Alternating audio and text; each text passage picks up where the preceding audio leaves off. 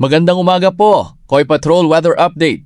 Ikalawa ng Hulyo 2026, alas 5:30 ng umaga, update. Luzon, maulap hanggang bahagyang maulap ang kalangitan. May kalat-kalat na pag-ulan at pagkidlat pagkulog lalo na sa kanlurang bahagi ng Luzon.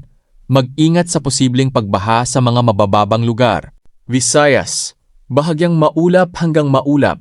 Posible ang mga panakanakang pag-ulan at thunderstorms sa tanghali at hapon. Mindanao, maaliwala sa umaga, ngunit asahan ang mga localized thunderstorms pagsapit ng tanghali at hapon. Posible ang biglaang malakas na ulan sa ilang lugar. Davao Region, bahagyang maulap sa umaga, may posibilidad ng panandaliang pag-ulan at pagkulog sa tanghali at hapon. General Santos City, mainit sa umaga, posible ang isolated rain showers at thunderstorms sa hapon.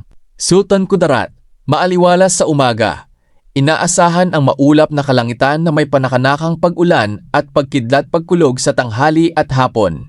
Baguio Update, ang dating LPA ay naging Tropical Depression Henry.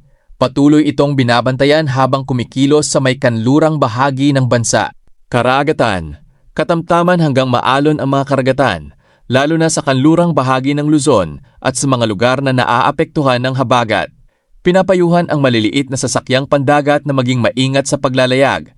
Patuloy pong mag-ingat, magdala ng payong kung lalabas at manatiling nakaantabay sa mga susunod na weather updates.